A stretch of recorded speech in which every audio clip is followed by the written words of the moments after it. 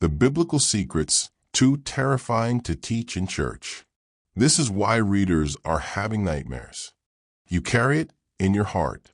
You see it quoted on plaques, stitched on pillows, and whispered at bedsides. You think you know the Bible. You think it's a book of comfort, salvation, and unconditional, gentle love. Then tell me this. Why did reading this book cover to cover drive the original reader in the viral Reddit thread we're about to explore, a seeker of faith, to violent nightmares? Why did it make him fear for his sanity? Because the truth is, the Bible is not a self-help book. It is a historical document, a cosmic warning, and quite possibly the most grotesque, psychologically demanding, and utterly terrifying piece of literature ever assembled. We're not talking about Sunday school stories. We're talking about unspeakable violence, eldritch abominations, and a moral code so black hole dark it warps the mind of the person reading it. In the next few minutes, we're going deep into the secrets they never teach in church. Welcome to the terrifying truth. When people dismiss the Old Testament, they usually say, it's just history, it was a brutal time.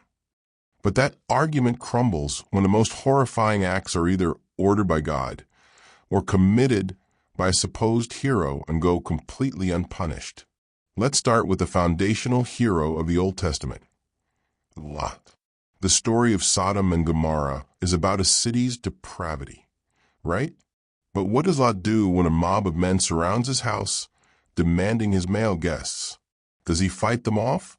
Does he negotiate? No. Lot, the righteous man, the man saved by the angels, steps out and says, "Look, I have 2 daughters who have not known a man. Please, let me bring them out to you, and you may do to them as you wish. Only do nothing to these men." Think about that. This is the scriptural hero offering his 2 virgin daughters to a savage, violent mob, and the text just moves on. No divine rebuke. No plague strikes Lot. This isn't just a tough time in history.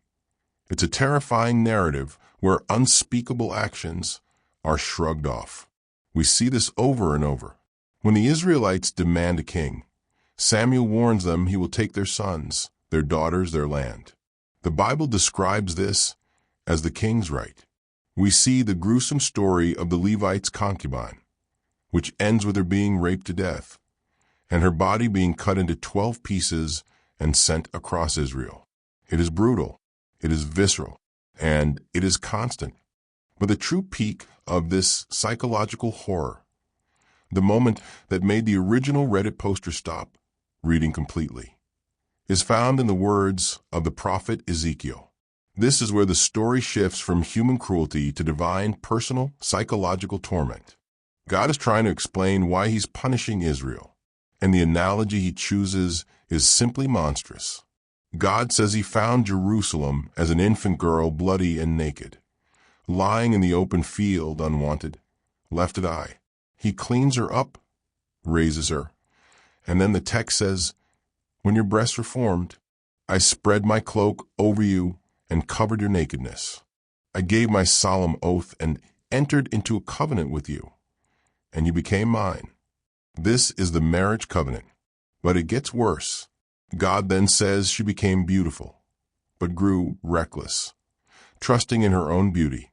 She became the worst kind of prostitute, not just one who sleeps with men, but one who is so utterly wicked. She pays the men to sleep with her. And the climax?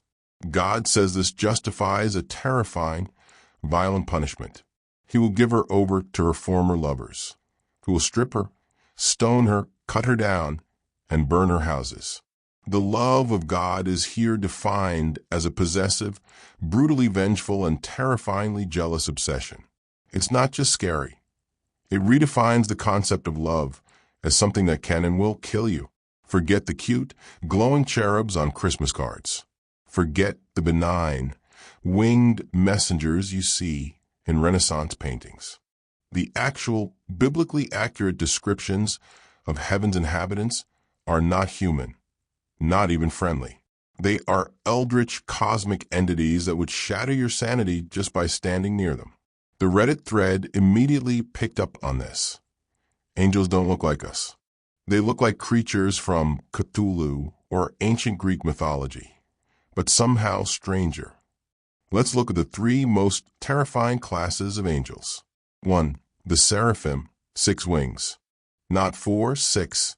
They fly with 2 wings, but they cover their faces with 2, because they can't look at God, and they cover their feet with 2, because their very presence is too holy for even them to gaze upon. 2. The cherubim. These are the 4-faced creatures we saw in Ezekiel. They have the face of a man, a lion, an ox, and an eagle. They have a wheel-like structure on their bodies and bull's feet. They move instantly, without turning.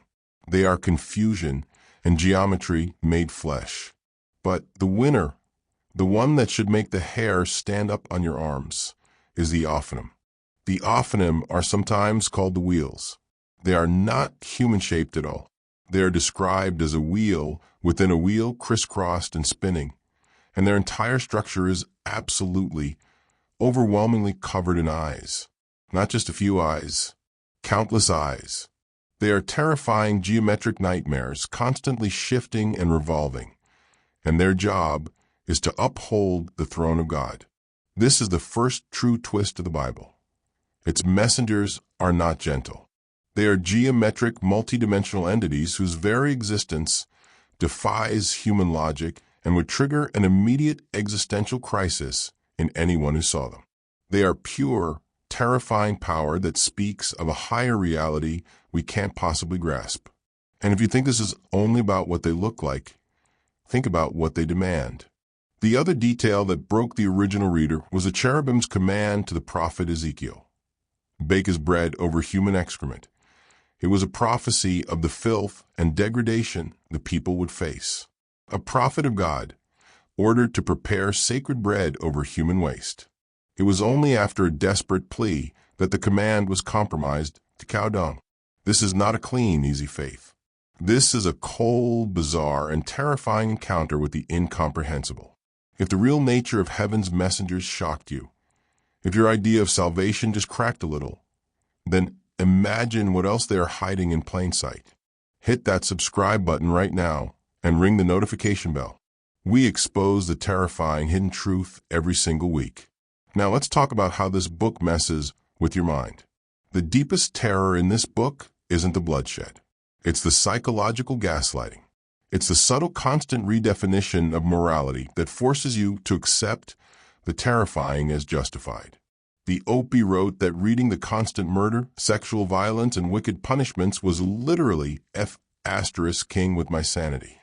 They started to fear that the vengeance and the cruelty displayed by both humans and God were actually the correct type of love. Think about the implications.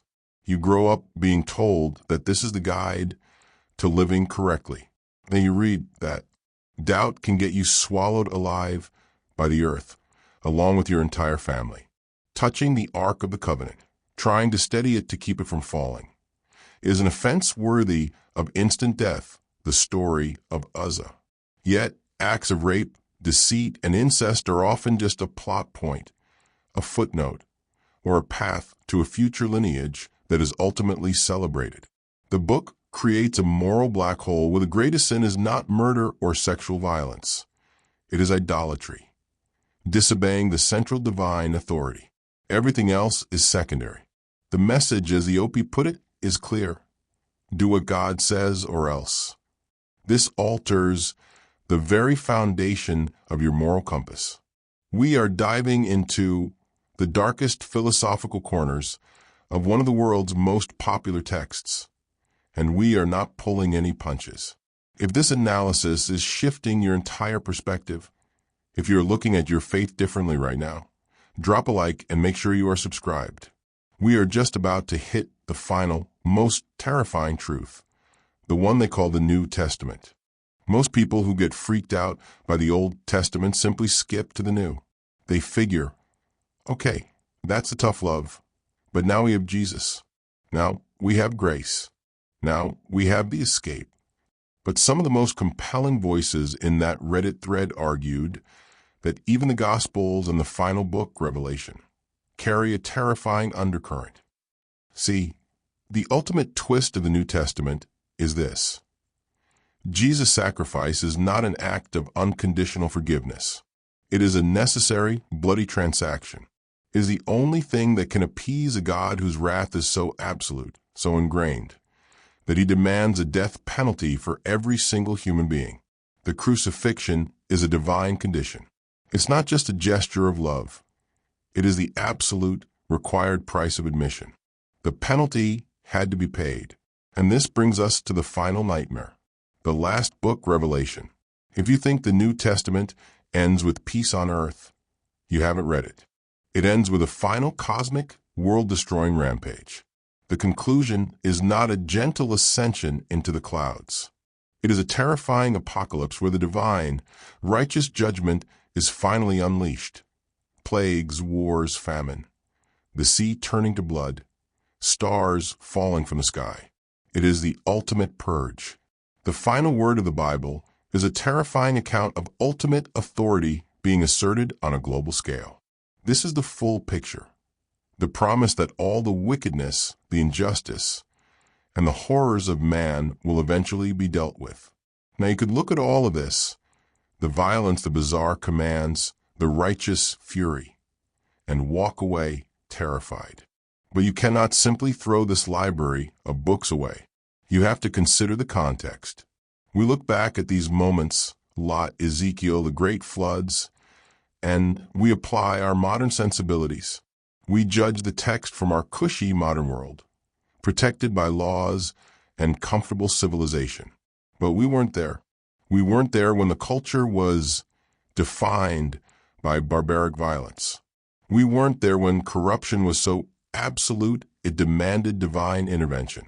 We cannot possibly grasp the true moral rot, the total depravity that led to these moments of seemingly endless punishment. Look at our world today. Even with all our progress, our science, and our understanding, men are still wicked. Look at the wars, the injustice, the greed, the suffering we inflict on each other. It proves that the human heart, left to its own devices, is dark. And if God, who operates on a timeline and scale we cannot comprehend, promises an end to that wickedness, well, perhaps that terrifying judgment is simply perfect justice. The true power of the Bible, then, is not in the horror, but in the contrast.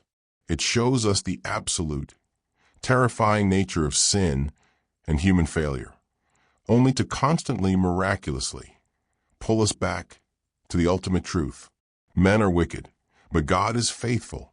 That is the true mystery. That is the one constant through every blood-soaked page and every cosmic terror. What do you think? Does the horrifying context of the Old Testament justify the terrifying judgment? Or does the faithfulness of God shine through, despite it all? Let me know your thoughts in the comments below. We've only scratched the surface of what the Bible holds.